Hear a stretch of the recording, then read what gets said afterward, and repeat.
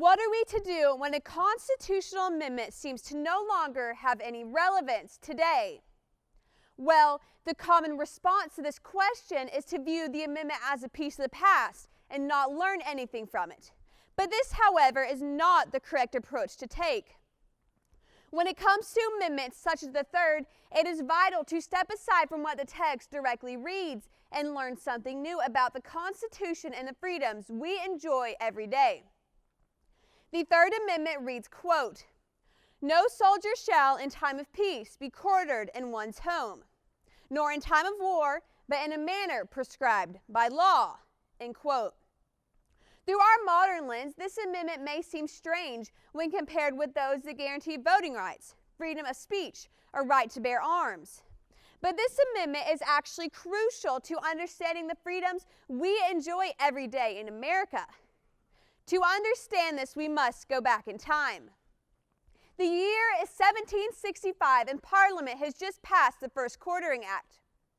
The act didn't allow British military to forcefully take over one's home like is usually depicted, but it allowed them to basically take over everything else.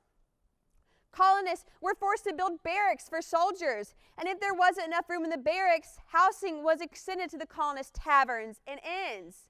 And on top of that, the colonists had to provide the troops with their necessities, such as food, firewood, bedding, and of course, beer. The colonists, though, were not very happy about this, as they did not wish to pay for these soldiers to stay in their cities when they did not want them there in the first place. The colonists of Boston particularly objected to this act, and as the anti-British sentiment became clear, Parliament sent more troops to settle the radical colonists. However, the only problem was that the Bostonians refused to submit to the troops as they believed that a standing army in times of peace was a violation of their rights as Englishmen. With this tension, something was bound to happen, and it did. On March 5th, 1770, British troops fired into a crowd of protesting colonists. This event, known as the Boston Massacre, sparked anger in all the colonies and led them much closer to war.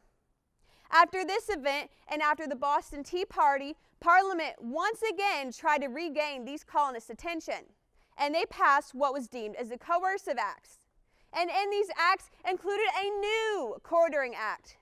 This act went so far as to allow British troops to stay in one's home if no other lodging could be provided, or if the colonists refused to provide other lodging.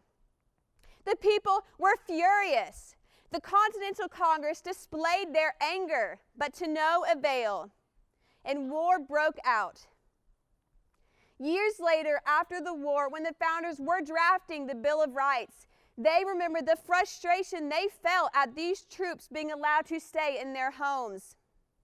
The Americans had made it clear that they would not allow their new government to abuse them in the same way their old government had.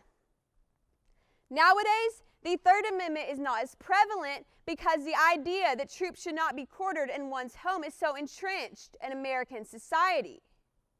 It's not something we question, and likewise, it's one of the few constitutional amendments to never have been challenged in the Supreme Court.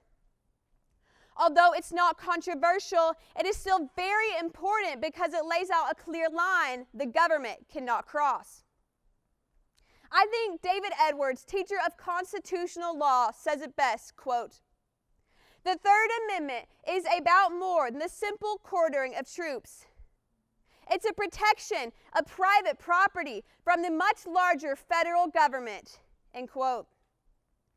And that's what the Constitution is, isn't it? One protection after another to guarantee freedom for all Americans. Thank you.